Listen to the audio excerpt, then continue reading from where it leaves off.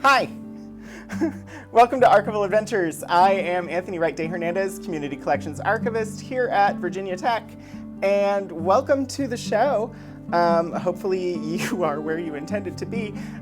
This is the show every Wednesday where I stream to two channels, twitch.tv/VTUL Studios and twitch.tv/Rogan27, and I share materials from the archives here at Virginia Tech. So welcome in. It is good to have you here. As always, if the sound levels are odd or weird in any way, please do let me know. They're a little bit loud in my ears right now, so I'm just bumping them down for me, but let me know how things are for you. Hello, Hannah. Hi, Lord Portico. Welcome. We are going to start today the same way that we start every Wednesday, which is with the land and labor acknowledgement for the university. This is the statement put out by Virginia Tech to address the seizure of native lands, which helped to create the university, as well as the university's relationship with prior labor by enslaved people. So, Virginia Tech acknowledges that we live and work on the Tutelo and Monacan people's homeland, and we recognize their continued relationships with their lands and waterways. We further acknowledge that legislation and practices like the Morrill Act of 1862 enabled the Commonwealth of Virginia to finance and found Virginia Tech through the forced removal of Native nations from their lands, both locally and in Western territories. We understand that honoring Native peoples without explicit material commitments falls short of our institutional responsibilities. Through sustained, transparent, and meaningful engagement with the Tutelo and Monacan peoples and other Native nations, we commit to changing the trajectory of Virginia Tech's history by increasing Indigenous student, staff, and faculty recruitment and retention, diversifying course offerings, and meeting the growing needs of all Virginia tribes and supporting their sovereignty. We must also recognize that enslaved Black people generated revenue and resources used to establish Virginia Tech and were prohibited from attending until 1953. Through inclusive VT, the institutional and individual commitment to Ud Prosim, that I may serve, in the spirit of community, diversity, and excellence, we commit to advancing a more diverse, equitable, and inclusive community. So I definitely think that it is important that we keep that in mind whenever we are interacting with the institution. So I do thank you for letting me and supporting me in reading that at the top of every archives stream. The plan today is that we are going to be looking again at the records that we have for the Blacksburg, Virginia Grand United Order of Odd Fellows, except that today we are specifically looking at the Household of Ruth, which is the Women's Auxiliary Organization. We didn't manage to look at any of those materials last time. I think they are important to pay attention to, as well as interesting in and of themselves. They just are part of the broader collection. But as a subset of that collection, I think it's worth giving them their own show.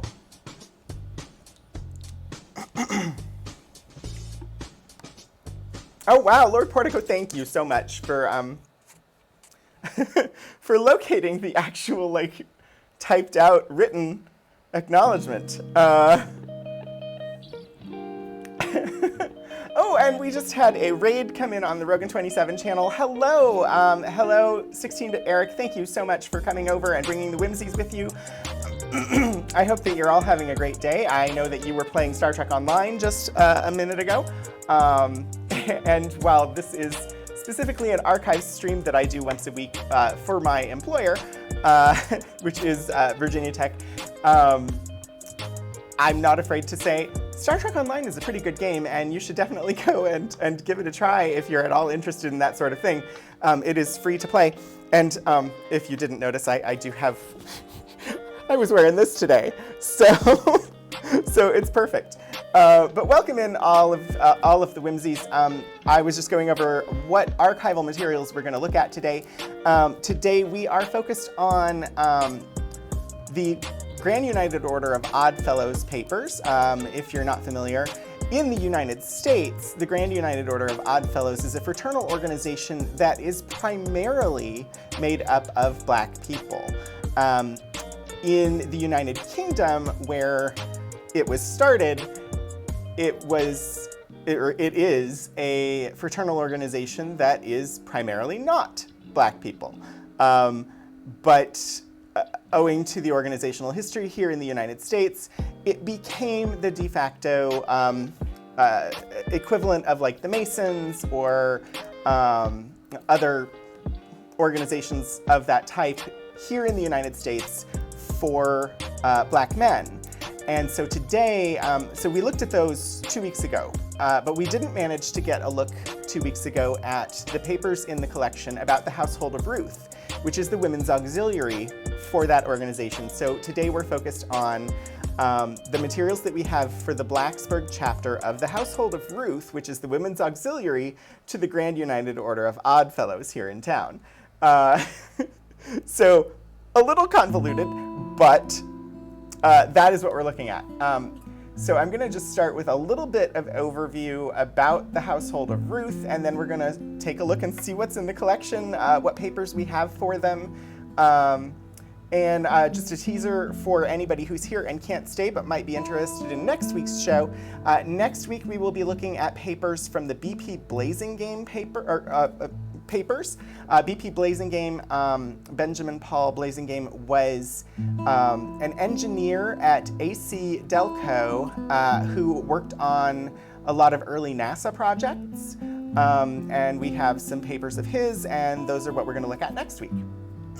So for all of you who were tuned into Star Trek Online content, I'll give a teaser for next week when we're going to be looking at space-related stuff.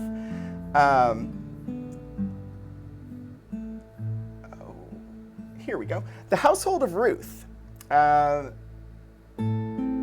of Ruth duties are to enlarge the active interests and cooperation of the families of Odd Fellows on behalf of the Order, to fully participate and show the value of their fruitful labor and services by admitting them to membership, and to unite them with their sons, brothers, fathers, and husbands in one great, happy, and prosperous family, cemented, strengthened, and perpetuated by the social sacred... Sorry. No. I believe it means sacred. It says scared, but by the social, sacred, and marvelous influence of the Household of Ruth, which is entwined with the bonds and blessed with the innumerable blessings of friendship, love, and truth.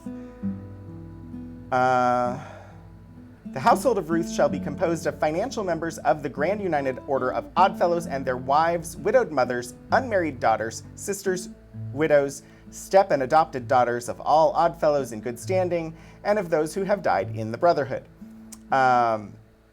This is from their modern website, although I don't find it surprising in the least that the gendered language used is binary, especially with older organizations like this, fraternal organizations in general. That gender binary seems to be fairly well cemented. So, if you want to see a listing of the folder headings for what's in this collection that we could possibly look at today, if you do !finding aid, that should give you a link to the finding aid for the Grand United Order of Odd Fellows collection, and we are specifically looking at the segment that is about the Household of Ruth. So on there it should have listings for that, and so if you do see anything of particular interest that you want to make sure I get to that folder, do let me know. Otherwise, I think I'm just going to pull out a folder and we'll start. The date on the folder that I just pulled is 1918, and I'm going to switch us over to camera view or document view so that we can start looking at the materials.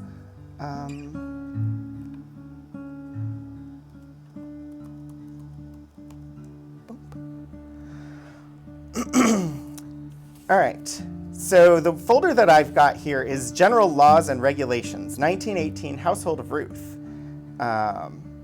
And, you know, I should actually switch the screen. There we go. You should be able to see the folder now. Hi, Urban Bohemian. We have matching insignias. Yeah, I just felt like wearing a pin today, and this one seemed like the one that I wanted to wear. So, all right, so we're going to start with the general laws and regulations here for the Household of Ruth, Grand United Order of Odd Fellows in America and Jurisdiction. This is the second edition, published in 1918. We took a look at the overall regulations 2 weeks ago for the men's organization, published by the Subcommittee of Management, Grand United Order of Odd Fellows, America, 12th and Spruce Streets, Philadelphia. General Laws and Regulations of the Household of Ruth, Peace, Happiness, and Prosperity. Household of Ruth proposes to enlarge the active interest and cooperation of the families of Oddfellows in behalf of the order to graciously recognize and acknowledge the value of their faithful labor and services by admitting them to membership and to unite them in their sons, brothers, fathers, and husbands in one great, happy, and prosperous family, cemented, strengthened, and perpetuated by the social, sacred, and marvelous influence of the household, which are entwined with the bonds and blessed with the innumerable blessings of friendship, love, and truth. Law 1, of whom composed. So this is where they're going to define who the membership is. The Household of Ruth shall be composed of financial members of the Grand United Order of Oddfellows and their wives, widowed mothers, unmarried daughters, sisters, widows, step and adopted daughters of all Oddfellows in good standing and of those who have died in the Brotherhood. So this is the information that we got off of their website. Basically, I think actually the identical wording, other than the fact that the website had sacred misspelled, this wording from the booklet from 1918 is the same as what's on their website today. And any female not related to a male member of the order, as here and above set forth, shall be eligible to membership in the household, whose application is endorsed by 5 inmates of the household to which an admission is sought. Such endorsement shall be equivalent to adoption. She must pass a physical examination, the same as any other applicant. We did see something in, I think, either on a membership application or on a receipt or something 2 weeks ago when we were looking at the rest of the papers. We definitely saw reference to a required physical exam in order to join, which honestly seems strange to me.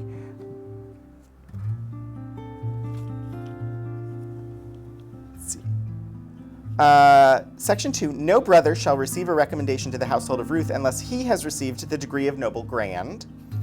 So, while this is the Women's Auxiliary, their membership seems to also include elder members of the male portion of the organization, which seemed to be there in the definition of the organization as it was presented, but then explicitly here it's talking about brothers being admitted.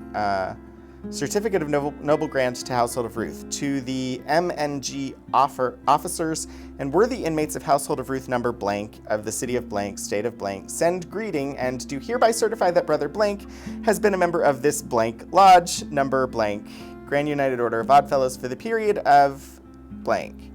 He's in good standing and will be financial till, you would fill a date there, it looks like, in testimony whereof we have hereunto set our hands and seal of the lodge this blank day of AD 19 blank. That seems interesting to me. Unless it seems odd unless it's not a physical. No, I do think it's a physical. Like, I think it's an actual, like, they want a doctor to look at your body and ensure that you're healthy, but I don't understand the reasoning behind it. I haven't seen anything in the documentation to explain why that's a requirement for membership. I know that they want members to be in good standing financially.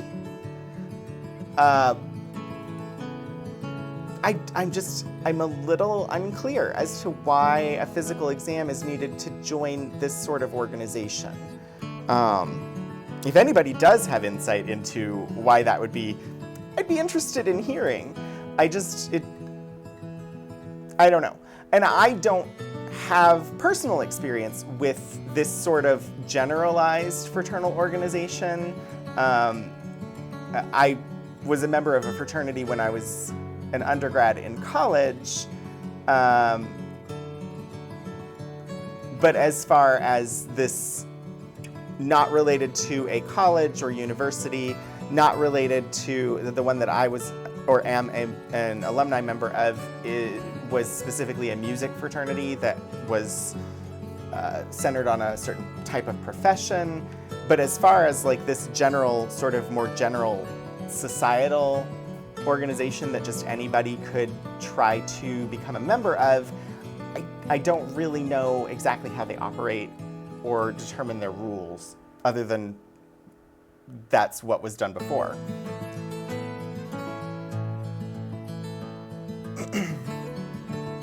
So, Law 3 warrant, application for a dispensation to open a new household shall be made to the SCM through the district household, for which the applicants shall pay the sum of $1 to the district household and $10 to the SCM, which sum shall be in full for warrant, rituals, and 12 general laws of the household. Let's see. In districts where there are no grand household applications for a warrant to open a household shall be made through the district grand lodge. So there's the application for that. A list of who the officers are. And then a definition of what their roles are, what their responsibilities are within the organization. Elective officers shall be worthy recorder, worthy treasurer, worthy prelate, worthy council, and 3 trustees, all of whom shall be elected annually at the last meeting in December and installed at the first regular meeting in January. Must be financial at the time of installation. So they have to have paid their dues.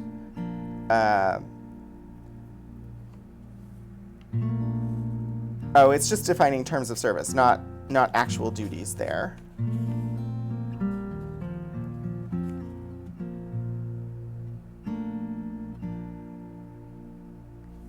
Interesting. So a lot of this is still concerned with the male members of the Grand United Order of Odd Fellows.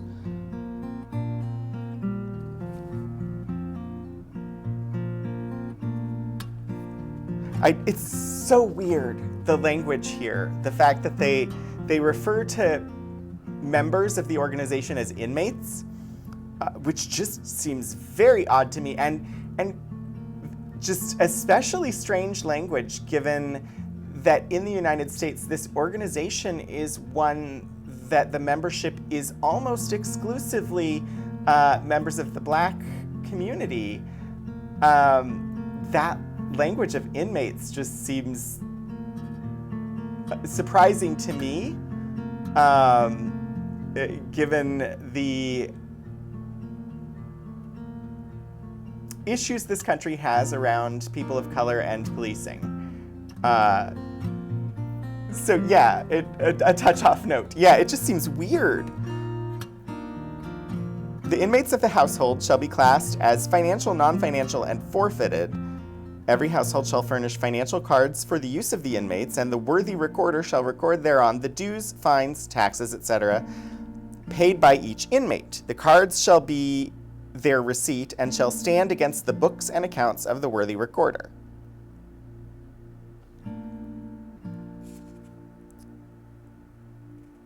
If anybody's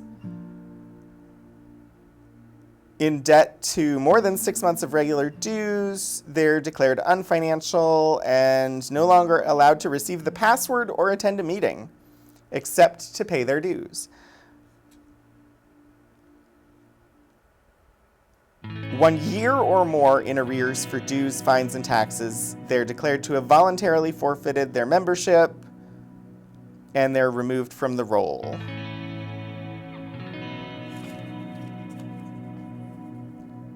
So I have seen this organization referred to as a mutual aid organization, but that sort of rule kind of shows that they're not actually a mutual aid organization.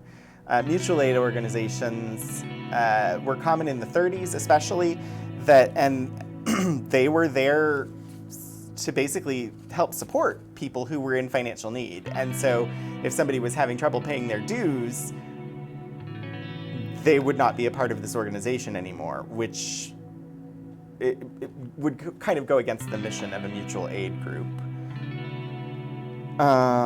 Traveling cards, basically things to prove that you're a member if you are traveling to another country, another state, or moving. These are all things that kind of we saw 2 weeks ago with the main organization. Fines, taxes, etc. Just looking to see what other things Dress regalia of the household officers. What do they wear for the ceremonies? Section 1, purple collars, 3 inches wide, 24 inches long, trimmed with half-inch gold lace, gold sheaf of wheat on the left side, emblem of office on the right side, 2 gold stars on each side of the collar, and at the front apex, a pink rosette with gold star in the center. Private members have blue collars, same size as the officers, trimmed with a half-inch of silver lace, gold emblem on the left side, and number of the household on the right side, pink rosette with silver star in the center and front apex of the collar. Untrimmed purple and blue cotton collars or rosettes must be worn at the business convenings of the households when not wearing dress regalia. If you want to see pictures of some members, there are some online. Let me just, no. Now they don't seem to be in the ceremonial, but I've got a link here.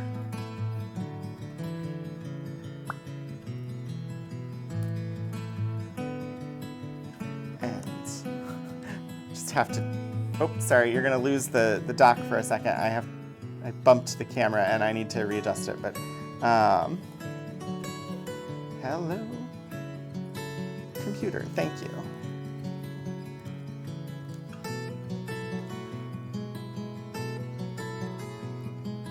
If I could run this all from the same computer and actually get everything going to both streams properly, I wouldn't have to drop these links quite as cumbersomely, but you know, we make it work. So if you want a picture of the some women who are a member of the Household of Ruth here in America, there is a website there. It appears to have a photograph of membership from 2017 to 2019, according to the information on the website.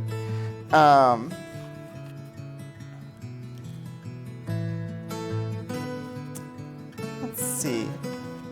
So this is general laws and regulations. Fascinating stuff, and yet probably not the most fascinating stuff that we could find. Sort of interesting if you're studying like fraternal organizations, you're interested in how they operate, what their rules are like. But let's see what else we've got. So we have a record book of minutes from 1918 to 1921.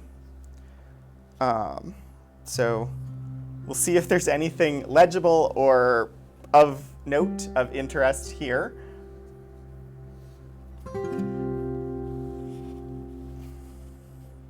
I might need to bump this camera up a little bit so that I can turn pages. There.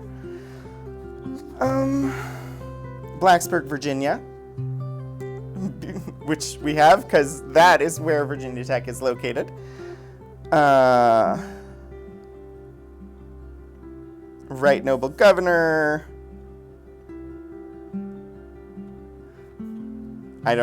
There's no names there. Somebody was just writing down titles. Household of Ruth, number 5533.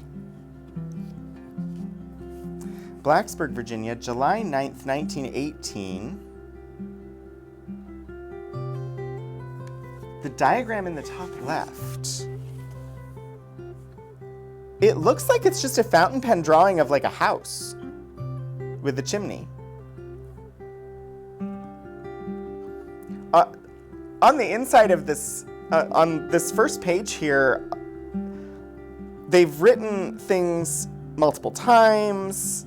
Up here at the top of the page, they've written Household of Ruth number 5533 a couple of times. So it honestly just looks mostly like somebody was bored and was just writing to write. But yeah, so it looks like that's just a doodle that somebody did of a little house with a fountain pen. But these, because there's a drawing of a house here in like a blue colored pencil, or yeah, it looks like pencil, not ink. On this first part here, it just looks like doodles somebody did during a meeting.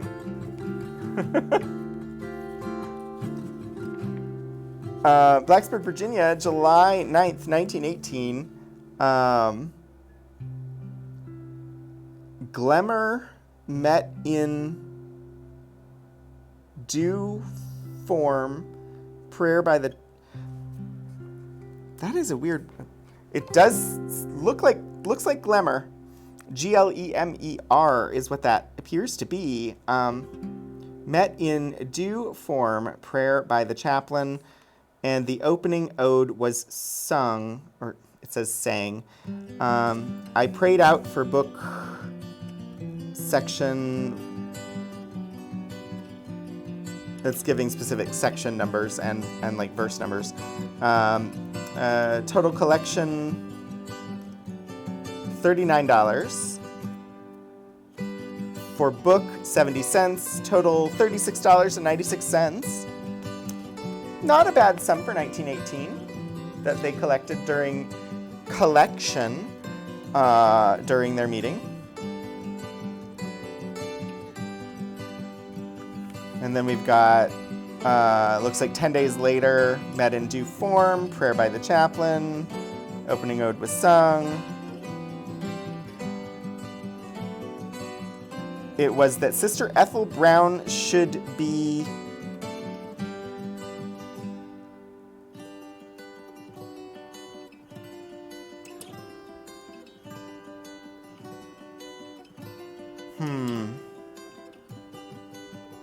I think that's Noble Governor. That was one of the offices. It looks like they're proposing Sister Ethel Brown to be one of the officers. Collect on joining. Sister Gertrude will take one of the...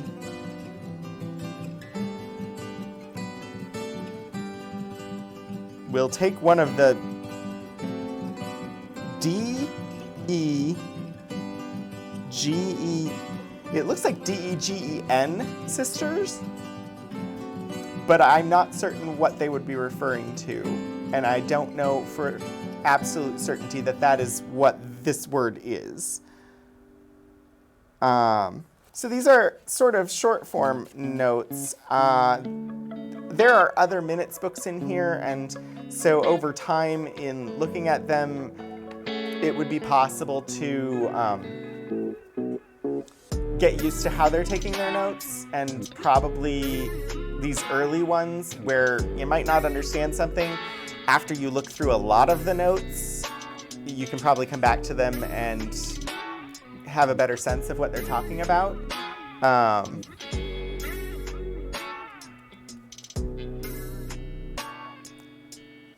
Degree.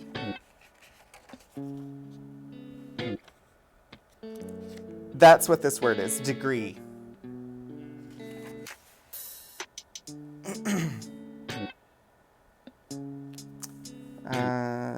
January 12th, $5 for regalia, $3 for degree book and general law books.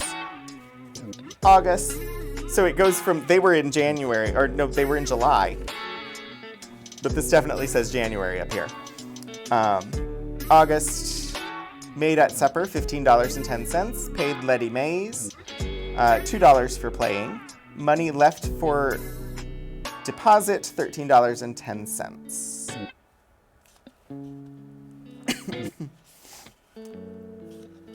I don't know if there's anything like scandalous or particularly gossip-worthy anywhere in here. And in fact, so we have this whole book. Entries stop here after 7 or 8 pages, and the rest of the book is empty. You would be surprised. You would be amazed at how much archival shelf space is taken up by journals that have 1 or 2 pages of writing, and the rest of it is blank. Like, I know it is not an unfamiliar experience to decide I'm gonna journal. I'm gonna keep a record of my days. I'm gonna write things down every night and dear journal, dear diary. I'm gonna do that. And you do it for a couple days and then you never open it again. It was also just as common in the past. And so oftentimes you'll get some of these papers and there'll be journals. There'll be multiple journals. They may have some that are fully filled and that they did meticulously for a while, but it's not uncommon to have a stack of 10 journals that all have like 3 pages filled in.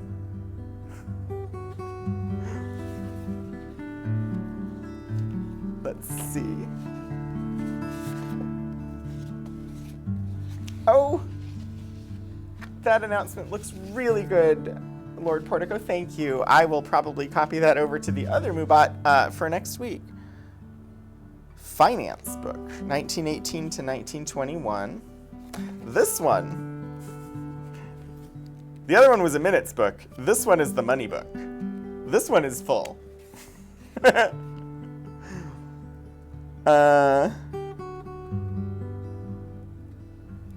There's a note on the first page of the finance book from 1918 to 1921.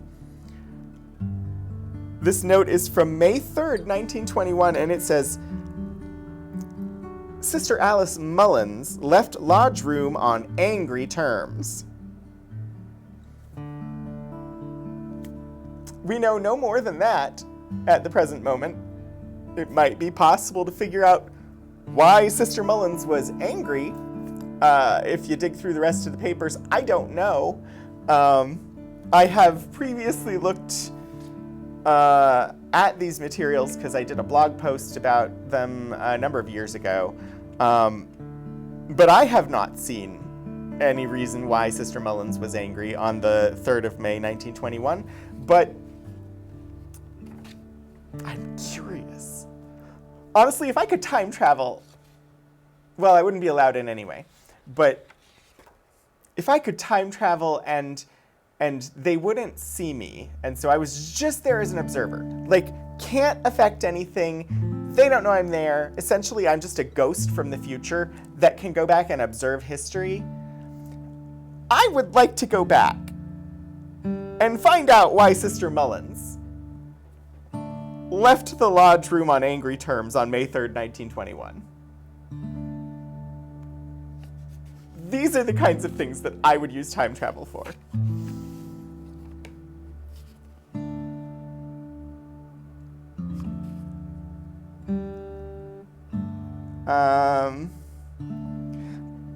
Finance book 1918, Blacksburg, Virginia, July 9th, 1918. Total amount raised, $39. Paid out for books, $2.04. Total for deposit, $36.96. July 19th, 1918, they raised $4 and looks like possibly 80 cents, but unclear. August 14th, they made $15.10 at supper, paid Letty Mays $2. We saw that in the minutes.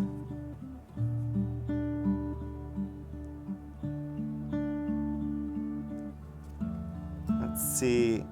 April 29th, 1919, received of Household of Ruth number 5533, $10.46 for installation fee. April 29th.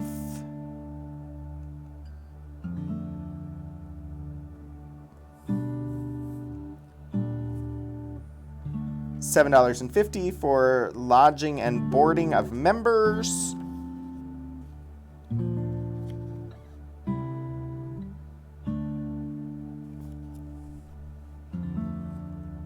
May 23rd, 1919, received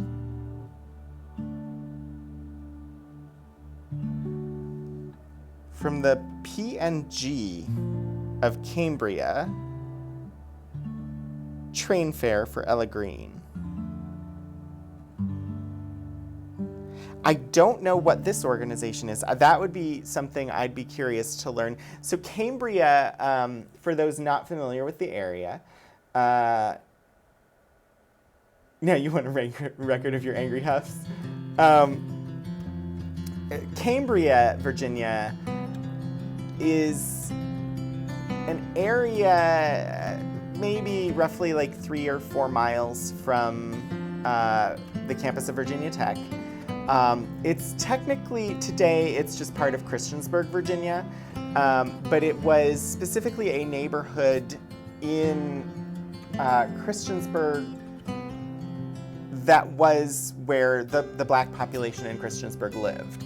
It was a very vibrant economic zone for the Black community in Christiansburg, and I say was because Cambria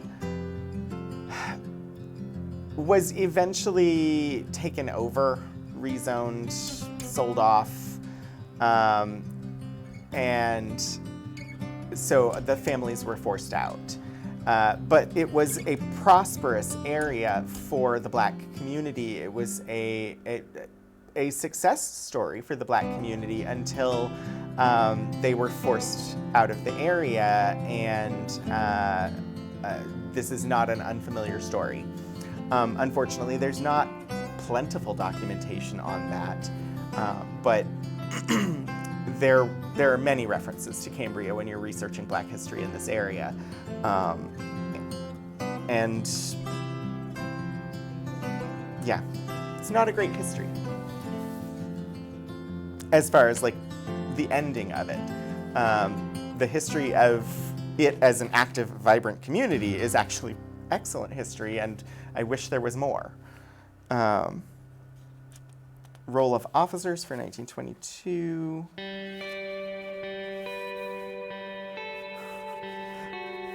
Sorry, I'm actively working on trying to do research for a paper about archival silence. So specifically on who's missing from large institutional archives and the historic record that they provide. And so my brain has been very much thinking about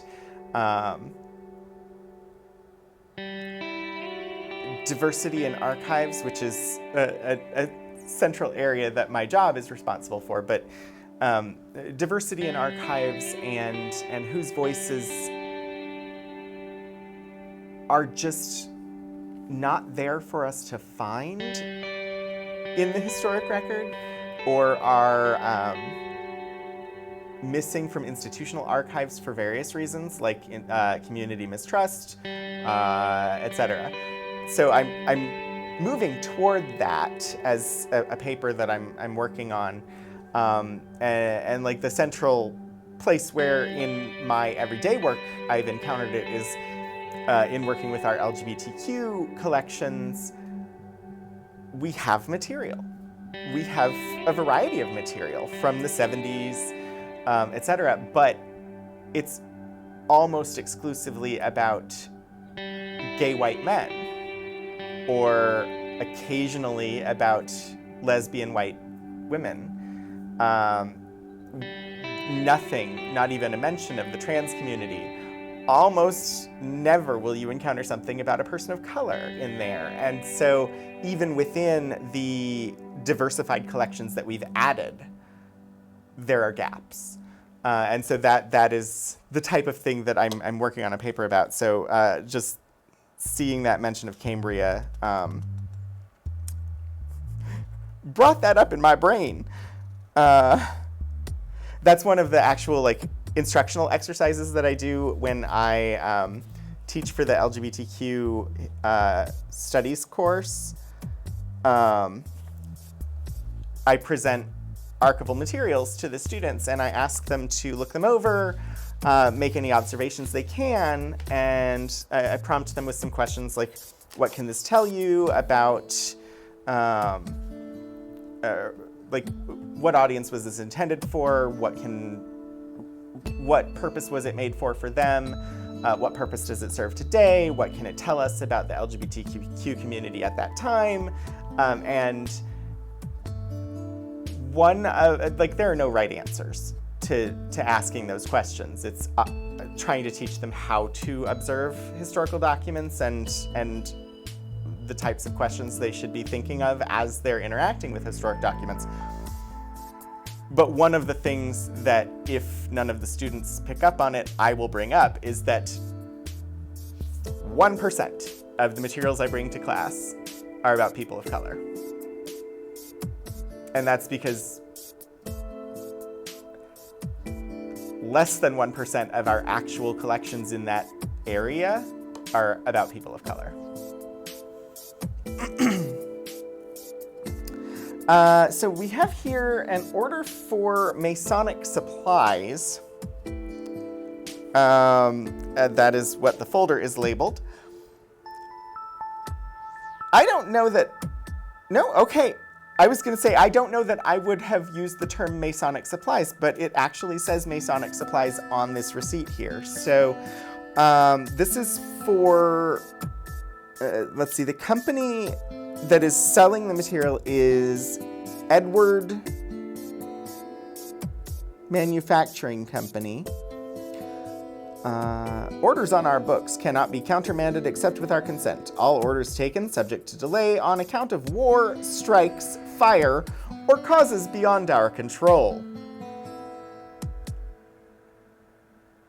That is quite an interesting statement to be at the top of an order,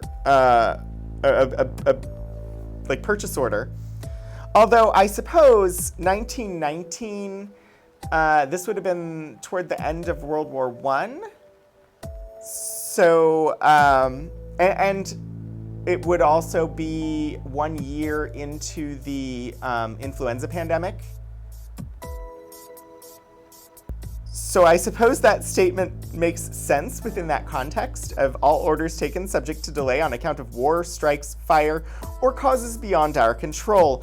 Honestly, that seems like the sort of notification that we would be getting regarding shipping times today.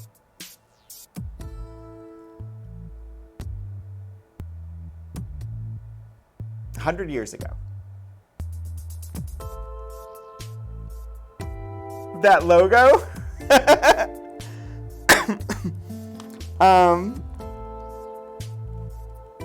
Yeah, the font is very bold.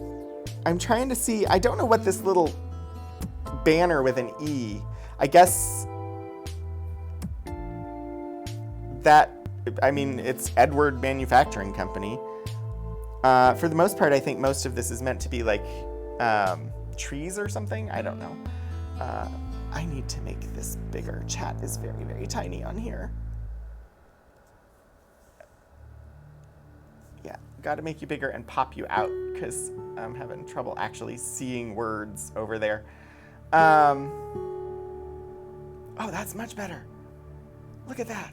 I can actually read it. So manufacturers and importers of regalia, banners, jewels, badges for clubs and societies. Like, it's a big enough business. And actually, I'm sure, I wonder if they're in business today. I mean, the likelihood is that they're not, but there are definitely companies that sell regalia today. I mean, it's a huge business. That's where graduation robes all come from, is regalia places. What's telling is how much they're emphasizing Masons.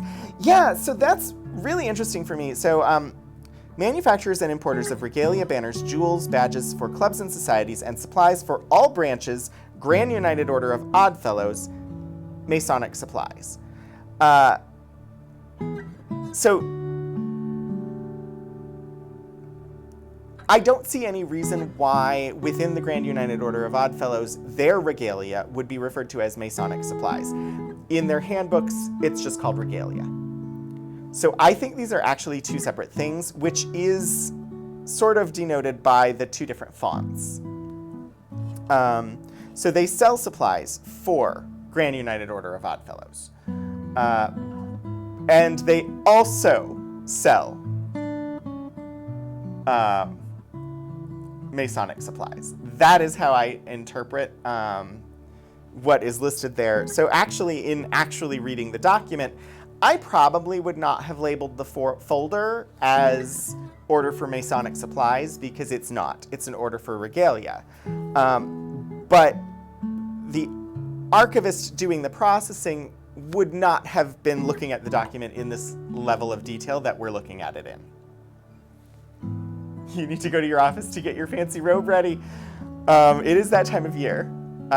My fancy robe, oh gosh, my fancy robe needs to be steamed to get rid of wrinkles. It has been in the same bag, nicely folded, but in a bag, for 3 years now, because it went into that bag during spring commencement 2019 and hasn't come out since. Let's see. All right, so this Atlanta, Georgia, this is an order from 1919, Household of Ruth, Lodge 5533. Payment in installments. First payment, $37.60, paying $5 per month to pay off a total of $76.25. Items, one set of 14 officers' collars,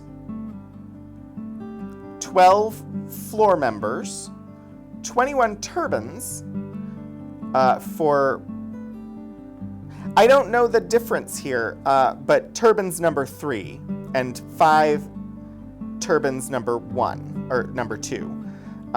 Postage, war tax, and insurance. That's something to look into. 95 cents. Order has been placed in work, and when finished, shipment will be made by parcel post. We thank you for order. We do hereby guarantee that the goods listed herein were produced and or manufactured in accordance with the Federal Child Labor Act of September 1st, 1916. So this one receipt, we have some interesting things to look at.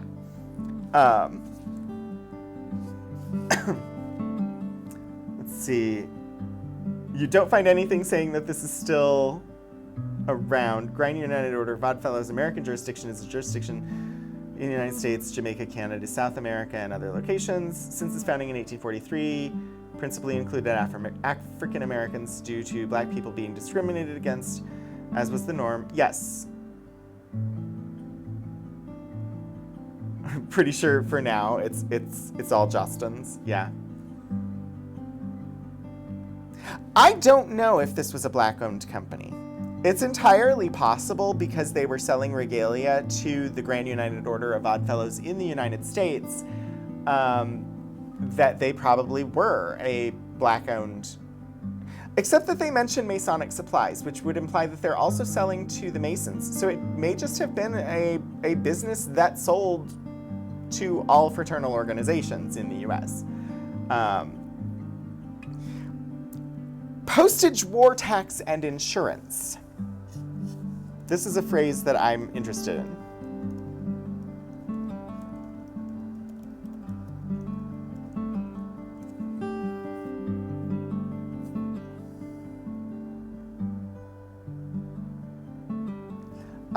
Let's see. 1919 war tax.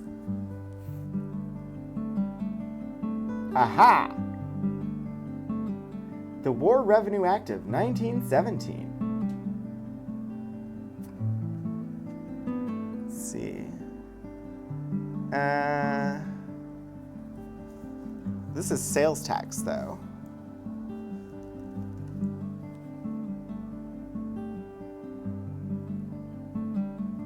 On October 3rd, 1917, 6 months after the United States declared war on Germany and began its participation in the First World War, the U.S. Congress passed the War Revenue Act, increasing income taxes to unprecedented levels in order to raise more money for the war effort. The 16th Amendment, which gave Congress the power to levy an income tax, became part of the Constitution in 1913. In October of that year, a new income tax law introduced a graduated tax system with rates starting at 1% and rising to 7% for taxpayers with income above $500,000. Though less than 1% of the population paid income tax at the time, the amendment marked an important shift.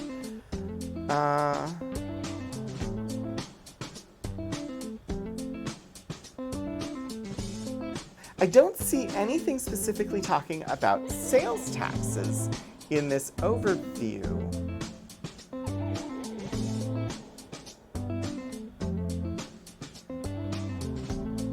So that would be something that me, just personally, I would be interested in looking further into. The other thing, yes, also they have a guarantee here at the bottom that it was all made without child labor. They're in compliance with the Federal Child Labor Act of September 1st, 1916, which was the first United States Child Labor Act, saying that kids could not be put to basically sweatshop work in the United States. I'm not going to go super into detail on that, but that would be an interesting, just like, we weren't expecting to find that, but that documentation is here because there's just a receipt here from 1919.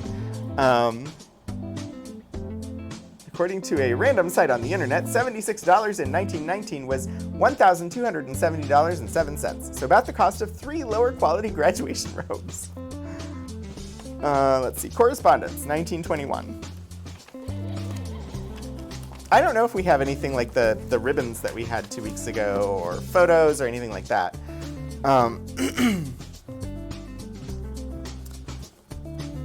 We have an envelope addressed to Floyd Mead.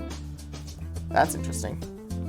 Mostly because Floyd Mead, I'm curious, I'm gonna have to see.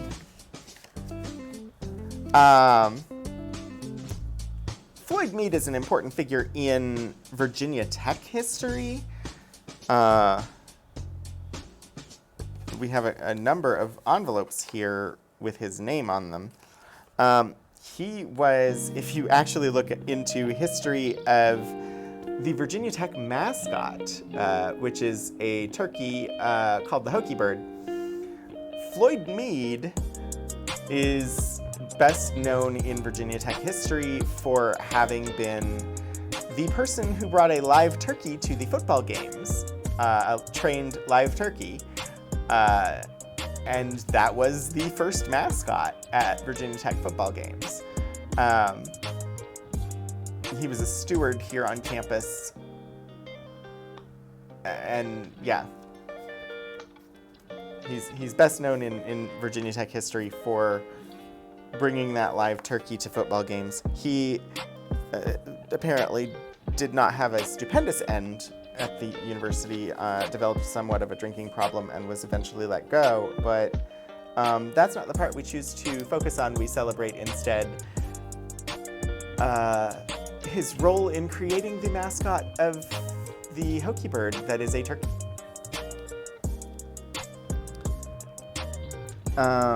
This one's addressed to Miss Maria Johnson. So this is all correspondence. Usually when we have correspondence, we try to keep the letters with the envelopes. In this case, they are not. Let's see. To Household of Ruth, number 5533. Annual tax for 1920, $104 per inmate. Please remit at once. Yours in PHNP. Victoria E. Parsons. And now I'm trying to recall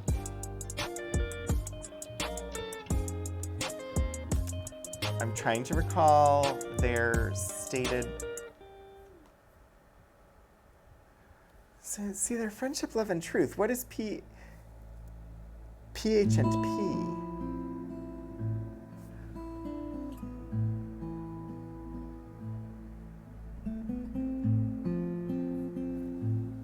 I'm sure it refers to something within Household of Ruth and their rituals, but yours in PH and P, I don't know what those letters are standing for in this case. Peace, hope, and prosperity, possibly? Did we see a reference to peace, hope, and prosperity? Was that in the first item that we looked at? Now I'm going to pull it out and see.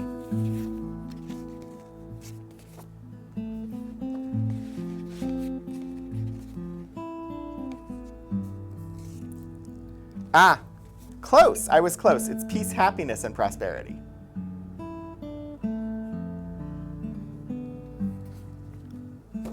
I know a little bit about how fraternal organizations work, and the reference, like 3 letters there in the sign-off, was clearly a reference to 3 individual words that are a values call for the organization. Let's see, Subcommittee of Management, or a Grand United Order of Odd Fellows. That's an interesting seal. It's a crook laid over top of a book with 2 hands shaking beneath it. Did we zoom in? I tried to zoom in. It doesn't look like we zoomed in. Is the zoom button not working? Aha, there we go. Office of the Grand Secretary, Philadelphia, Pennsylvania. The enclosed communication and check. A little handwritten addition to the note here. And check is respectfully returned with the information that we do not accept checks unless they are certified by the bank. Fill up the enclosed blank and return at once with payment for $19.20. And this is a form letter. And you can tell it's a form letter because the enclosed communication is respectfully returned with the information that, and then there's a blank space. And in that blank space, they typed with purple ink instead of black ink. So it's very clear that this is a form letter. Yours in FL&T, James F. Needham, Grand Secretary. This is from May 28th, 1921. Saying that they needed a certified check to pay the dues for the organization. Oh, they're not telling them to send cash in the mail. They're telling them, we won't take your check unless it's a certified check from the bank, which costs money. There's a fee for getting a certified check from the bank.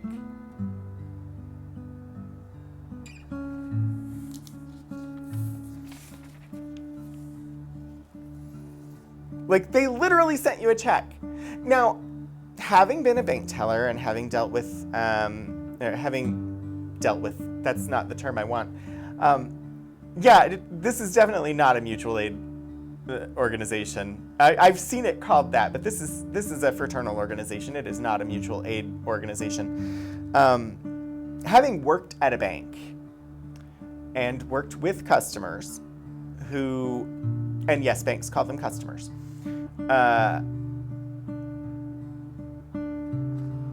who had limited money. So basically, not a whole lot in the bank account. They are honestly preyed upon by the banking system, because if you overdraft, there's a fee for that. And if you overdraft enough, people won't accept your checks unless they're certified checks. But there's a fee for getting a certified check. And basically, if you don't have a lot of money, there are bank fees for everything. And if you do have a lot of money, you're in an account that doesn't have any fees. Now, this is just personal observation and experience from having worked as a bank teller, but that is how our bank system is structured, is to extract the most in fees from the people with the least money. All right, Christiansburg, Virginia, August 18th, 1921. Household of Ruth, number 30, I think it's 3355 is the number. We've only seen the number like 17 times already, and 5533 is the number. But this is not that number. I think this is 3525 on here, but that doesn't make sense. I don't know.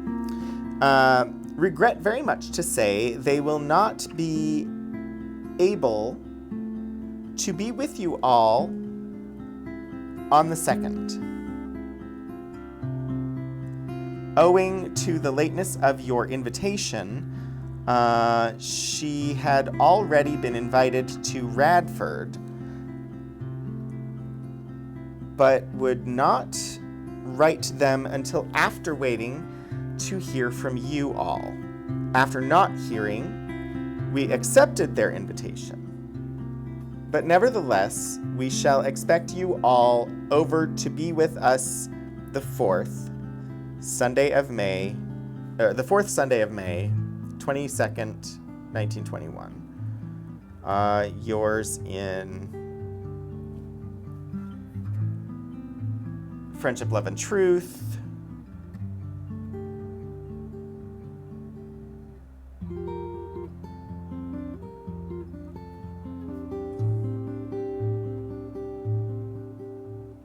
Trying to figure out this name.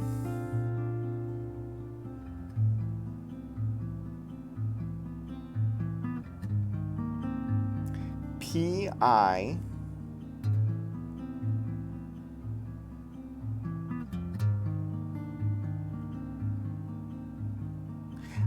I'm not certain.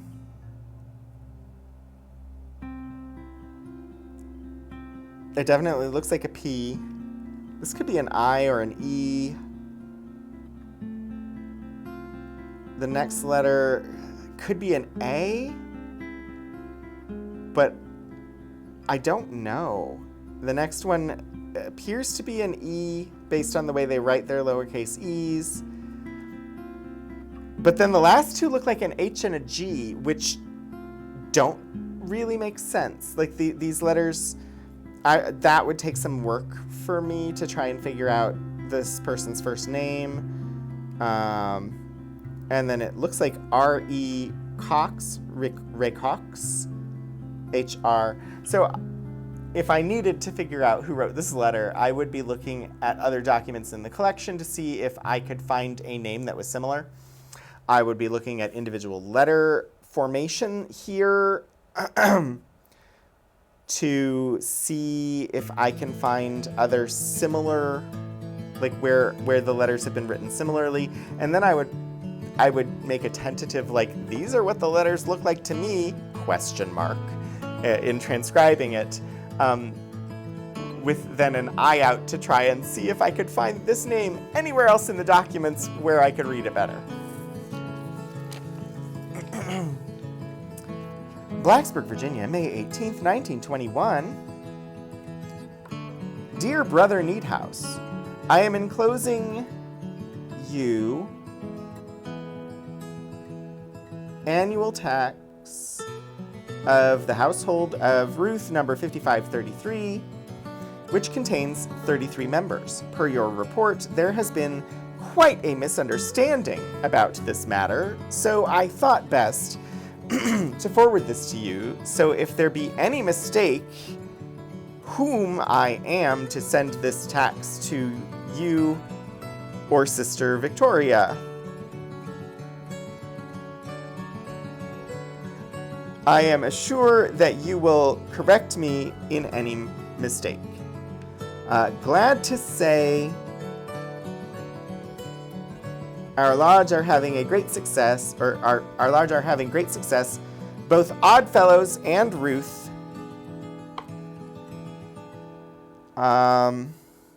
Written Sister Victoria for credentials for Household of Ruth several weeks ago, but have never received any reply as yet. Yours very respectfully in Faith, Love, and Truth,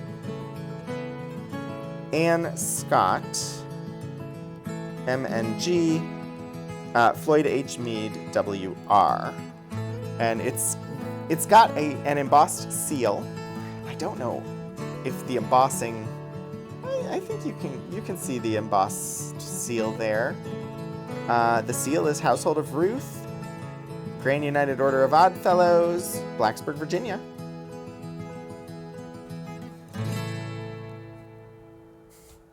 So this to me, this looks like a copy of a letter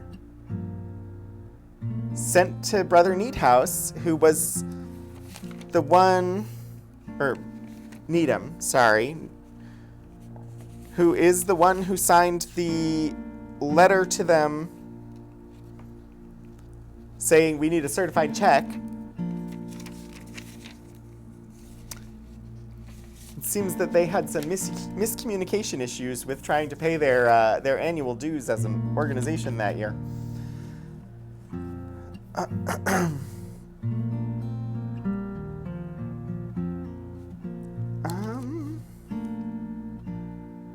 Some of this my eyes just can't make out. Like this note up at the top. May 17th, 1921. Dear Floyd, I received your letter.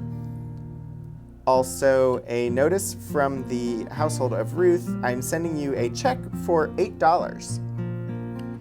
Please give $6 to the Household of Ruth and the $2 to Faith, Love, and Truth brother. Please ask both lodges to send me a card, and I like to have the password if I could get it. Yours in Faith, Love, and Truth, John L.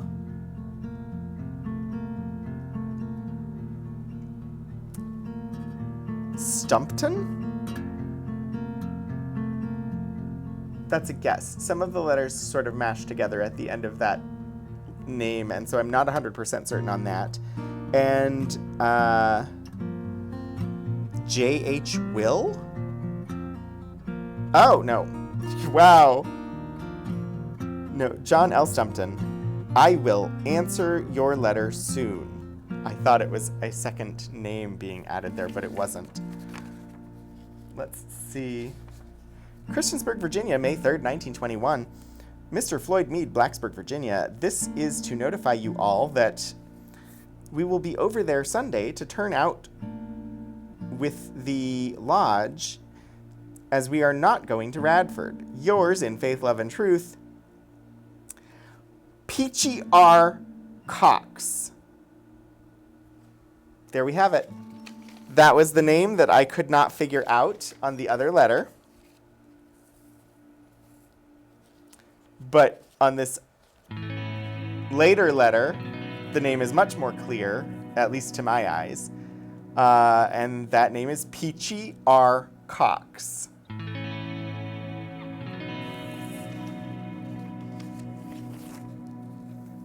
This is even though that letter was not full of tons of enticing historical information, it let me figure out what the name was. Let's see. East Radford, Virginia, July 28th, 1921. Dear Sisters, Household of Ruth number 3355, 3353, 3353. Unclear.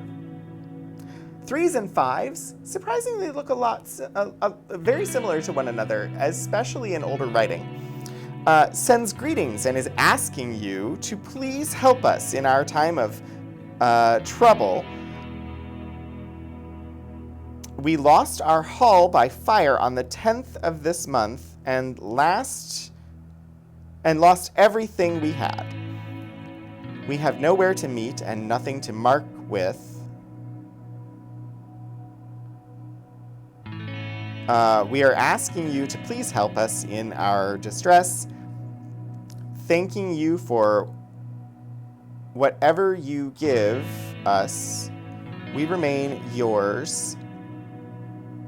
Peace, happiness, and prosperity. Mary Evans, W.K. Alice Kirtley, M.N.G.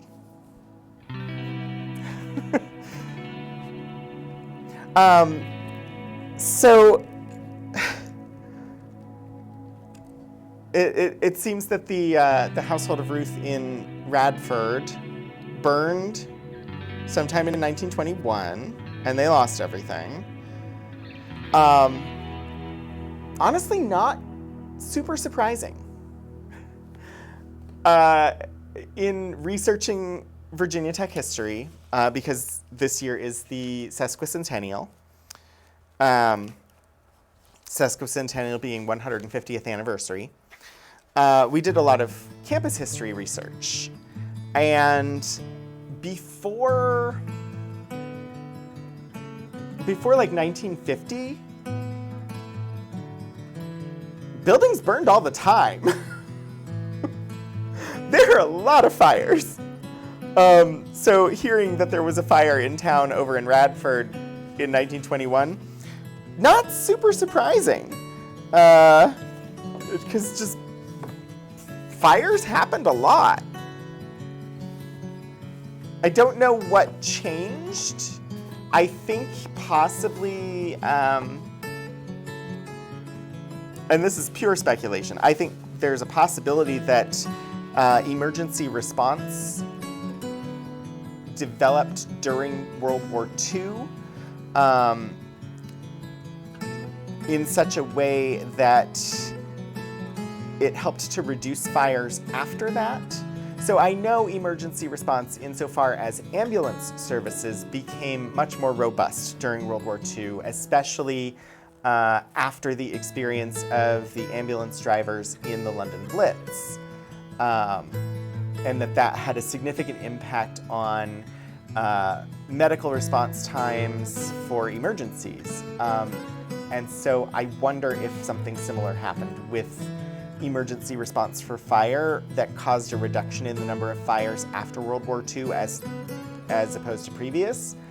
I just don't know because I haven't researched that, but I do know that somewhere in that 1940s-ish time frame, the number of fires in campus buildings went down.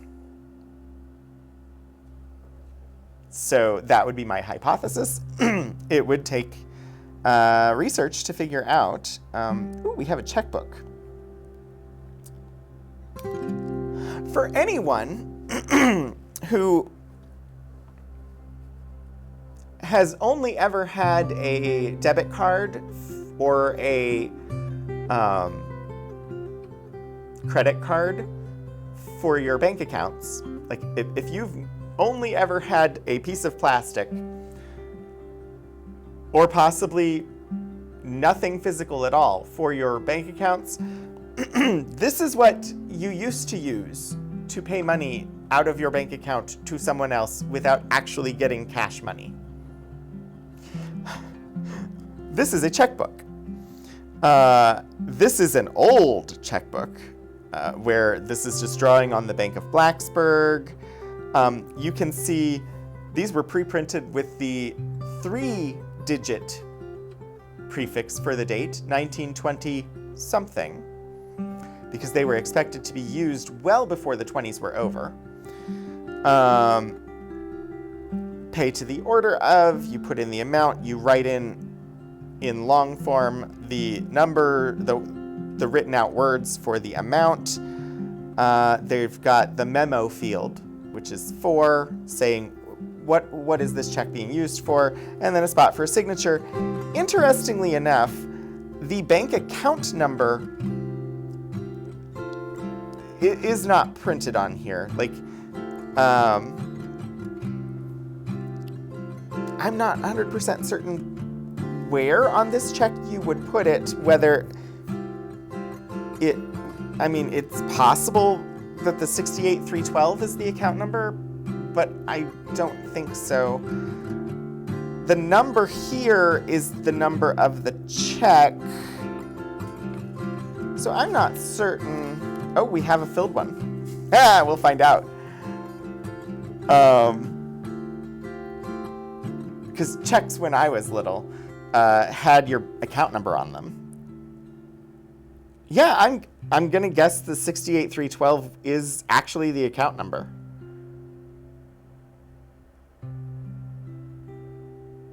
Which is interesting that it's placed there because, well, so when I was younger, when I had checks back in like the 80s or 90s, your account number would be printed at the bottom of the check. in a magnetic ink that allowed it to be read by machines. And in fact, if you get checks today from the bank, they will have that magnetic ink at the bottom so that they can be run through a machine that reads them and just automatically grabs that information and sticks it into the computer. And if you want to print checks at home, it's possible, but banks don't like them as much because then they have to manually type it in instead of scanning it, unless you happen to get the magnetic ink for yourself and use it at home. More likely that's the equivalent of the routing number. Yeah, that makes a lot of sense, was not worth it, but then nowhere on these checks does it say whose checkbook it is. That's my stumbling block. Oh wow. My screen just decided that it wanted to... What happened there? Sorry, just checking to make sure everything's still functioning. It appears to be. I'm uncertain why my computer decided that it needed to try and go to sleep there for a second. Can you all still hear me? I think I'm still going out live.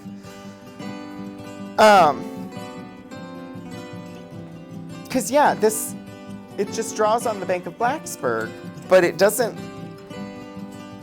have Household of Ruth anywhere on here. And if that's the routing number for the Bank of Blacksburg, I suppose they would know because it's countersigned by both Floyd Meade and Maria Anderson. And they would know that the bank account that was that had signing authority from Floyd Meade and Maria Anderson together was the Household of Ruth account, but that just seems surprising to me. Anyway,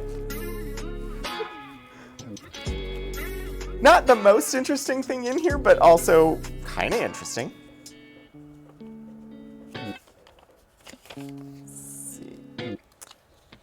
Account statements, I think.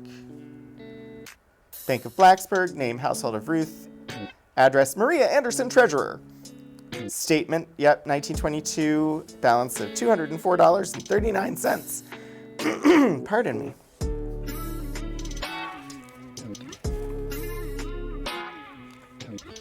$383. Oddfellows Journal subscription, $1.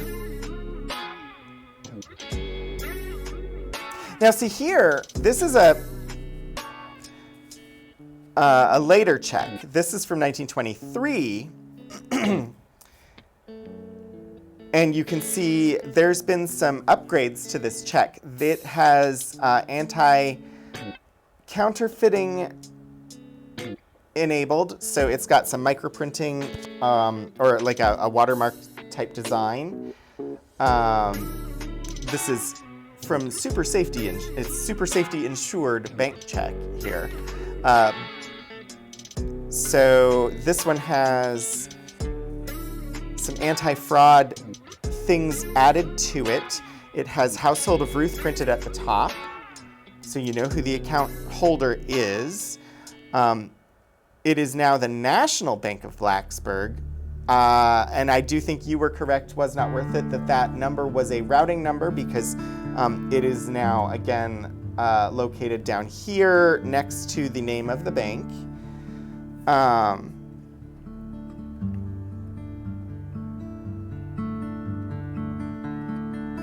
But yeah, it's got some design added to it that would be sort of counterfeit protection. The little blue watermark printing that I don't know if it shows up or just gets washed away entirely in the camera.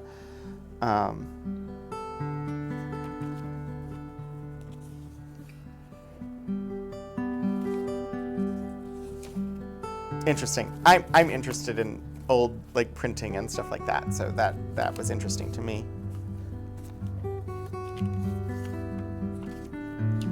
honestly, I'm interested in so many different aspects of history. I always find something interesting in a collection. Yeah, bank balances, not especially interesting to me, but also not. Yeah, fancy pre-printed checks.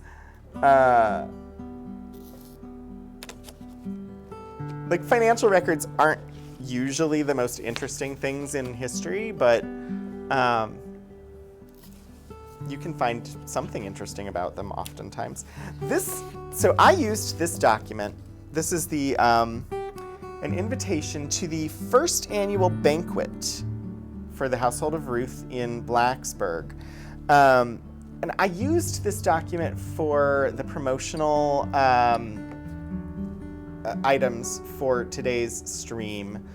This was the image that I used on the tweet and that went out on the library's Instagram and stuff like that. And as an invitation, it's interesting. Household of Ruth number 5533 of Blacksburg, Virginia solicits your presence at their first annual banquet given at their hall on January 5th, 1922 from 8 p.m. to 2 a.m. The menu: mixed pickles, chicken salad and ham, potato chips, ice cream, cake, coffee, ham and bread. The organization of that menu I'm very curious about, but we can get to that in a second. Good music, no admission price charged, and that's it. That's the entirety of the invitation. So a couple of things stick out to me about this invitation. And I'll get to the most obvious one second. First, I want to start with, why is ham and bread listed after the dessert and coffee? I don't understand that. The mixed pickles, chicken salad, and ham and potato chips are first. That would be entree and sides as far as for an event. Ice cream and cake, there's your dessert. And coffee, generally served after dessert, so gets listed there on the menu. But then they have ham and bread after coffee on the menu, and I don't understand, because everything else is listed in chronological order, and why would there be a ham and bread course after the coffee? Oh, something delayed. It's fine. I mean, chat is always behind, so you remember when your bank moved to not returning the canceled checks, you changed banks because of it. And you're waiting to switch again when they take away the free paper statements. Yeah, I mean, that was a major change of not returning canceled checks to the account holder. I don't think I ever had an account where the canceled checks were returned to me. I think it was an option, but I don't think I ever got them. But the main reason I didn't was because I had carbons. I had a checkbook that automatically made a carbon copy of every check. And for me, that was sufficient. But yeah, I definitely know that was a change for a lot of people, and a difficult one to make an adjustment to. There were a couple of years of digital scans being included. Yep. I do recall that. And I know today, if and when I have cause to send a check, which honestly hasn't happened in a while. And in fact, I do not currently have a checkbook, and if I need a check, I have to go and have a bank check made. But when I still had a checkbook and would occasionally have to send a paper check, there would be a picture of it that I could open when I was looking at my bank transactions online. So I do know that the bank still will scan them and that images of the checks are available. even today. If you write a physical check, they won't automatically, and in fact, I don't think you can even ask them to return the physical checks to you, but there will be a scan or an image of the check that you're able to refer to today. It's just change over time, and definitely something where we have canceled checks here that we could look at because they were given back to the account holder. And so that's why we have them. And if we were dealing with financial records of an organization today, we wouldn't have that documentation anymore. So returning to the menu, no idea why there was a ham and bread course after the coffee. That seems strange to me. The other thing that stands out to me about this document is not about the document's content. It's about all the shoe prints all over this document. You should be able to see them. There's a shoe print here on the front.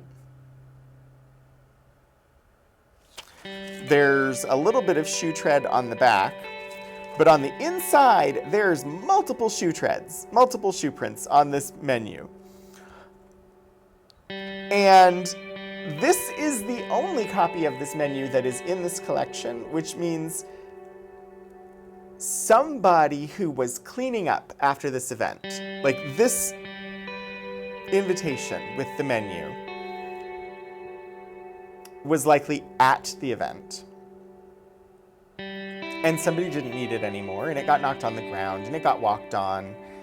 And somebody was cleaning up and said, oh, we should keep a copy for our records. And the copy that got kept was the one that was on the ground and had been walked on. And that's speculation. It's entirely possible that a pristine copy was kept and somehow their records tipped over and it was on the floor and got walked on that way. We don't know when the shoe treads were added to it, but I guess what I most want to say is thank you to whoever out there in history took a moment to say, oh, we should keep a copy of this. And despite the fact that it was not a pristine and perfect copy, chose to keep it. Because had they not, we would not have any documentation of the first annual banquet of the Blacksburg, Virginia Household of Ruth. Damaged or not, things like that are worth keeping in order to document what an organization did. So often flyers for events are put up, but they're not actually like kept for records purposes. And when you're an organization that primarily does events, that's most of your history. But those things are considered somewhat ephemeral and are often discarded. But they're worth keeping. So this is like equivalent to like a playbill for a play or something like that, where it's the program from an event. Totally worth keeping. Absolutely wonderfully useful. My only complaint about them, and if you are designing flyers for events, the one thing I ask of you, as someone who works with historical documents and primary source materials, please put a year on it somewhere. So often events, event flyers, and sometimes organizations, as far as like design philosophies, will only give a month and day and time for events.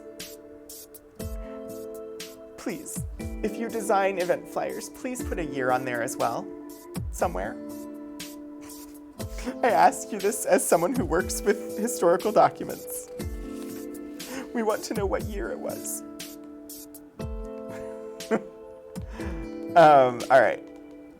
So this one's another of the minutes, but this one is much more extensively filled in.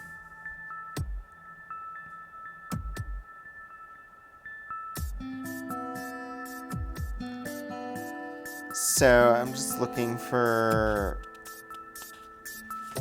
a spot that I feel like I can start reading from and actually make out what's written. 100 years from now, there's going to be a great void. So much digital info is just going to be, yeah. I mean, there already is. So there are efforts. There's training. I have a certification in digital archives. There's a focus on it within the profession, except that there's not. There's training available about how to do digital archives. There is talk nonstop about born digital materials. And yet, at the same time, while we accept donations of born digital materials, we're not out there specifically looking for them the way that we are with paper materials as a profession. This is a general statement regarding the profession in the United States. I don't know practice in other countries as well. I'm not plugged into their professional practice. But here in the United States, so much of archives is concerned with things that happened prior to 1960. And so anything after 1960, just number one, less likely to be something in archives is even thinking of collecting. And then that naturally brings in born digital materials, things that were created on the computer and may not exist in any paper form whatsoever. There are complications to born digital materials as far as preserving them in their original form and things like that. There's a certain amount of technical expertise required in order to be able to preserve them, make multiple copies of them, and store them in multiple different places. So there's cost involved as far as data backups and things like that. Then there's the preservation copy, which is retain the original, always keep the original in its original form, make no alterations to it, etc. But then you get into details such as like what constitutes an alteration, because just having a computer operating system read enough of it to let you know that the file exists can sometimes alter some internal code on the document that indicates when it was accessed. So little things like that. And if you want to retain things like the last date and time that something was altered, then you have to worry about setting up sort of forensic document access where it is a read-only system that does not even write, that doesn't write anything back, that will not even update the date and time accessed when looking at an item. And so there's different levels involved. There's and it requires training to get to that. So there are levels, but then there's additional challenges of access, providing access to born digital materials, because if they're in a format that becomes obsolete, there's the concern of needing to migrate the material to more modern formats in order for access purposes, which involves challenges of will it render properly so that you can see it in its original form, or will it be altered in the migration, things like that. and those are sort of all beginning things. Then there are hashing to make sure that copies are accurate, just all sorts of layers of things that go into digital archiving. And because of that, and because the archives profession in the United States as a whole is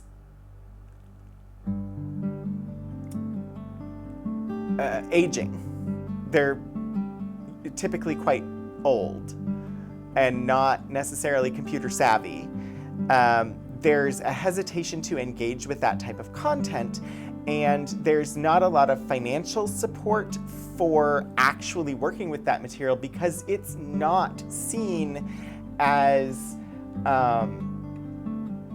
it's not as snazzy, it's not as much of a draw as, say, a document from 1887 by some rich famous white guy. That is seen by institutions as important, and we can celebrate this person who was this wonderful philanthropist, wrote this letter more than 100 years ago, and we're gonna make scans of it and have a whole advertising campaign about the fact that we have it. Compare that to, look, a screenshot of an email from 1987. And it just doesn't sell as well because it doesn't have that historical cachet about it of the handwritten document on the page. So even if it exists, it's not getting promoted as much, and it's not getting worked with as much by the archivists because it's new territory, it's unfamiliar, and they're much more used to working with things from the turn of the 19th century, the turn of the century from like the 19th to the 20th, and we're neglecting things from the late 20th century that are now 40 or more years old. So yeah. I mean, you may have set me off there a little bit, was not worth it, but I thought it was worth mentioning. Like, we have a lot of documentation in this collection because it's from the early 20th century when things were still on paper and handwritten. And if we were working with materials from this exact same organization from 60 years later in 1983, there's less chance that they will have survived because they would have been a typed document printed onto, maybe 70 years later, 1993, but something typed and printed or copied on a Xerox machine and maybe stuck in a file folder somewhere. Maybe not, but also it would be much more likely that it would be just shredded or tossed instead of being kept like this handwritten book of notes.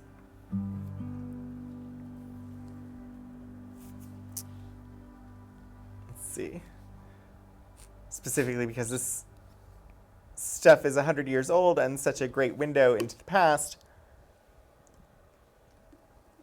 I'm going to judge us based on TV and YouTube, never knowing that someone left the Twitch chat or Zoom meeting in a huff.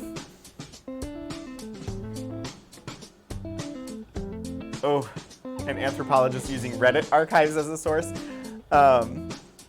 Yeah, oh, that would be very interesting.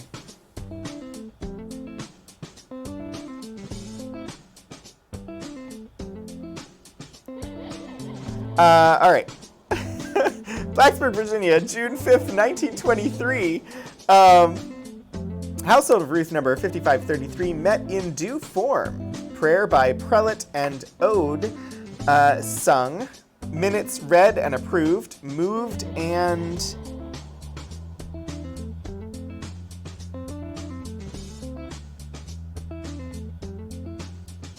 I'm uncertain what that word is. Moved and something. We receive Sister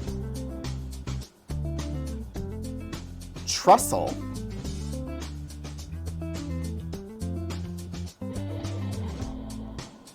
We receive Sister... It looks It looks like Trussell. And then it looks like doctor certificate. We received Sister Trussell's doctor certificate. So indeed, we have confirmed that the physical examination was accompanied, or was an examination with a doctor. Moved and second. Got it. We pay Sister Trussell sick dues, $1, deducted for tax, $1 on dues, send check for balance due, $5.50. Moved and second committee of Sister Green, Sister Maria Anderson, and Sister Scott on settlement of sermon, collected on dues, $8, turned over to Brother Green, $4 on Thanksgiving sermon.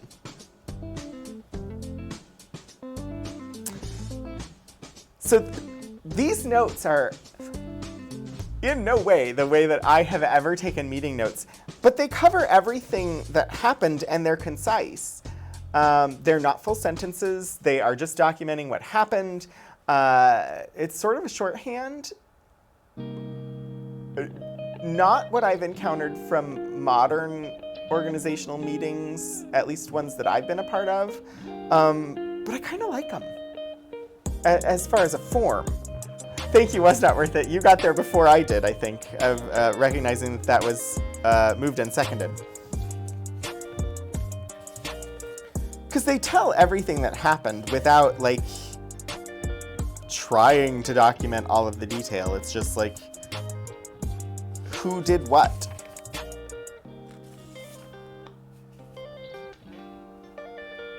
They're very repetitive in that. If we look here a couple years later, August 18th, 1925, they're going to start off fairly similar. Household of Ruth, number 5533, met in due form, prayer by prelate, minutes read and approved, dues paid by Sister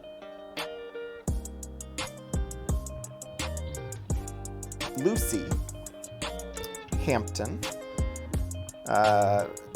Dues paid by Sister Lucy Hampton. 50 cents, I think. Moved and seconded, we give Sister Green $40 for Portsmouth trip as delegate. Blacksburg, Virginia, September 15th, 1925, Household of Ruth, number 5533, met in due form. Prayer, prelate, ode, sung, minutes, read and approved, collected on dues, $2 total. Blacksburg, Virginia, October 6th, 1925, no meeting, collected on dues, $8.50. Check on check. $8.50 check.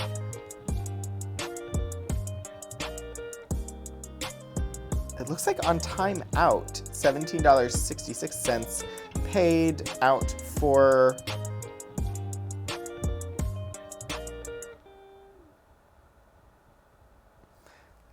$17.66 paid out for travel summer. $5 from both lodges. Again, no meeting October 20th. Collected 50 cents on dues.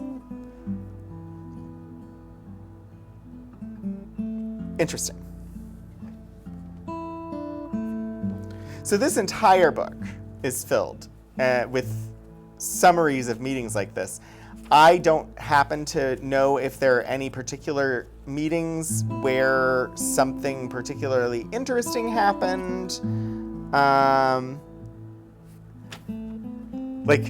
I don't know. I haven't had a chance to just sit down and read through these minutes and see if anything particularly interesting jumps out at me amidst all of the monotony of meeting minutes after meeting minutes.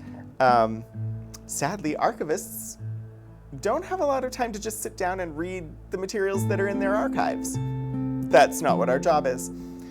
Just like librarians don't often have time to sit down and just read a book, because that's not what the librarian's job is.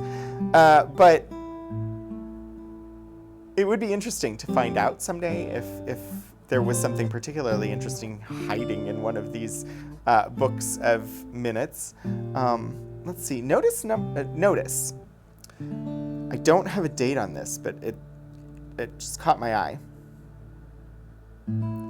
Bylaws now in force for the government of the Household of Ruth, number 5533 of Blacksburg, Virginia. First, household sick dues to be paid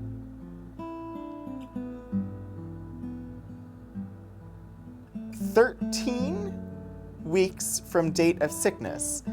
After said inmate shall receive no dues, but shall be kept financial on hold. Second, no smoking or talking during meetings.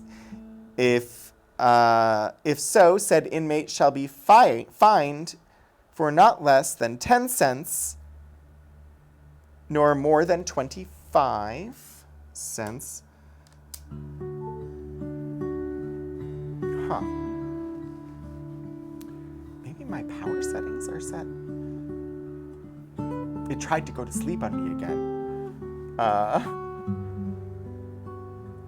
It shouldn't be. I don't want battery. Power adapter.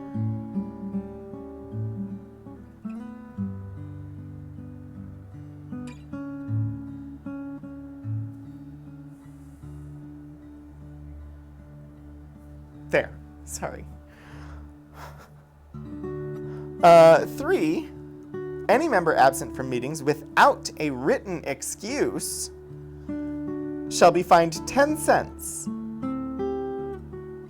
or taken from dues if not paid.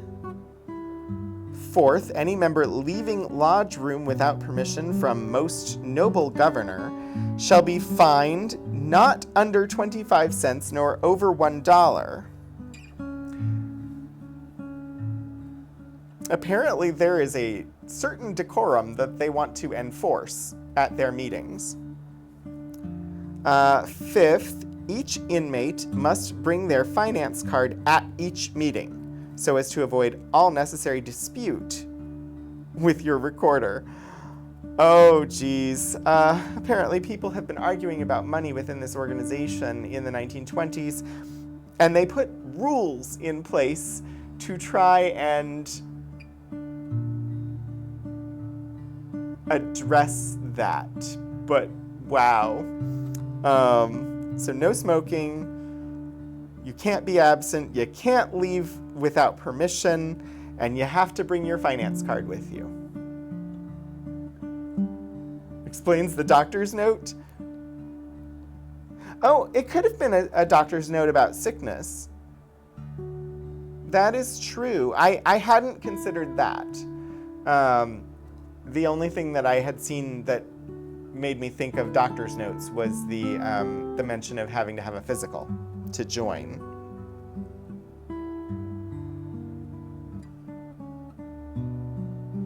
Apparently these were proposed by the Committee on Bylaws. It does appear that these are from April 15th, 1924, is when these rules were either proposed or passed. We would have to go and check the April 15th, 1924 minutes to see if they actually were approved, because this just appears to be a write-up of them. But we're not going to, because let me just see if there's anything that jumps out as particularly interesting. Since we only have a couple of minutes left. The empty box fell on the floor. I apologize. General laws and regulations. Record book of taxes collected. Bill for Oddfellows Journal. Meeting minute book. A lot of this is similar to the stuff that we've already seen. Financial records, 1937. A receipt from 1937 or 38. Correspondence, 1940. District Grand Household number 11, correspondence. Member credential, circa 1950. That might be interesting to take a gander at. Excerpts from District Grand Household District Convention. Applicant's agreement. Dues cards. Let's see what a member credential looks like circa 1950, and then we'll call it done. We did look at one of these for the Grand United Order of Odd Fellows two weeks ago. Credential to the District Grand Most Noble Governor and District Grand Worthy Recorder of the District Grand Household of Ruth number 11 of Virginia. Household of Ruth number blank of the city or town of blank, State of Virginia, sends greetings and hereby certifies that our esteemed sister or brother blank has been duly elected Grand Representative of this household to the District Grand Household number 11 to be convened in the town or city of blank on the blank day of blank AD 19 blank, in testimony whereof we, the acting officers, have hereunto subscribed our names and affixed the seal of our household. So again, this is like the passports or the travel documents that they would issue to somebody for that person to be able to prove that they were a member in good standing of the organization when they went somewhere where they were unknown. Interestingly, I don't know why this is in this folder. And in fact, it should not be. It should be in this other folder. I was like, this is excerpts from District Grand Household number 11, District Convention, Richmond, 1951.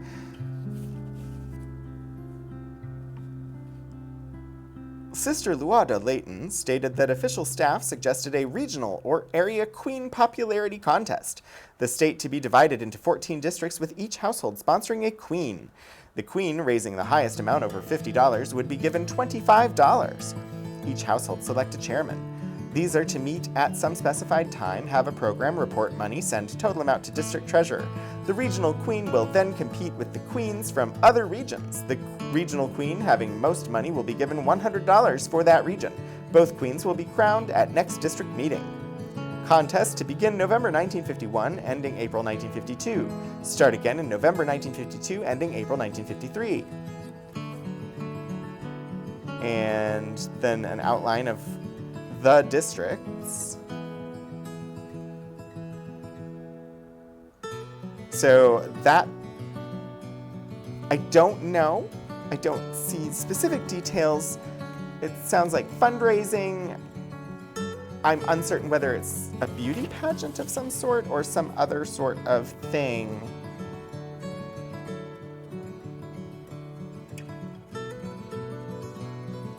But the excerpt from the district meeting is all about that queen contest, apparently. Anywho, so those are the documents that we've got. We've got many more of those, like minutes books and things like that. Some more financial records, other similar stuff. But that, in general, is what we have for the Household of Ruth within the Grand United Order of Odd Fellows from Blacksburg, Virginia.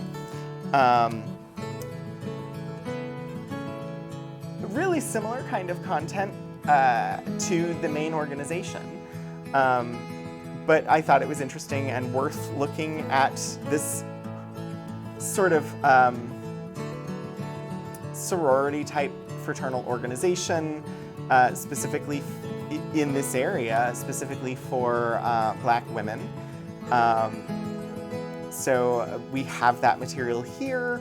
If anybody saw anything particularly interesting that they're curious about, you can always contact the archives and ask about it, because it's here and it's available for people to come in and look at if you're physically in the area, or to request to see if you're not and you want to do research.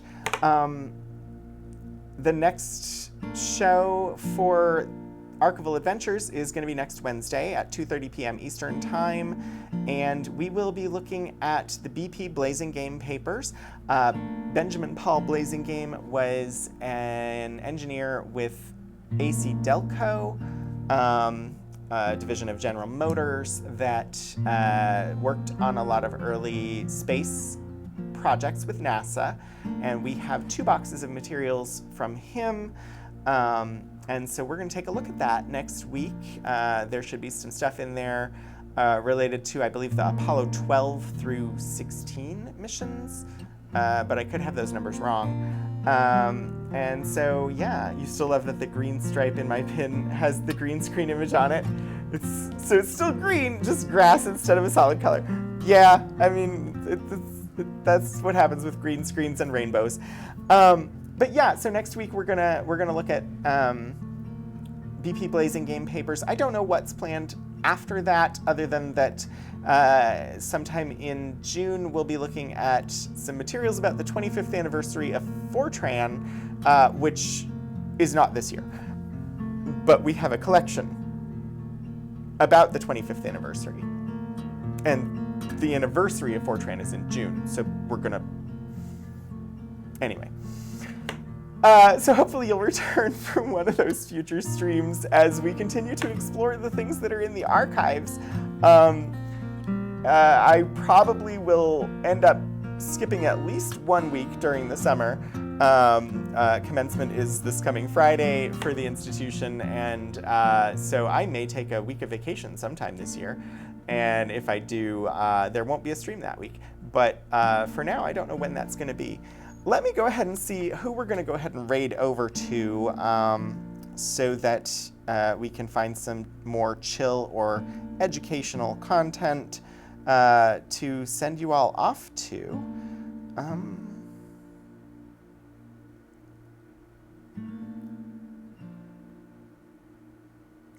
It looks like the Monterey Aquarium today has the spider crab cam on.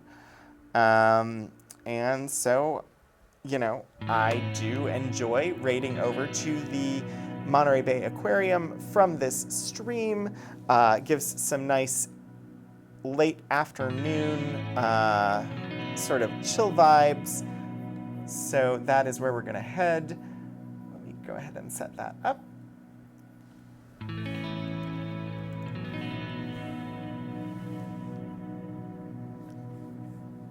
All right, and yeah, I do want to say thank you everybody for joining me today. I hope that I see you again soon for another Archival adventure. Until such time as we cross paths again here in the archives, I do hope that you have fun exploring history.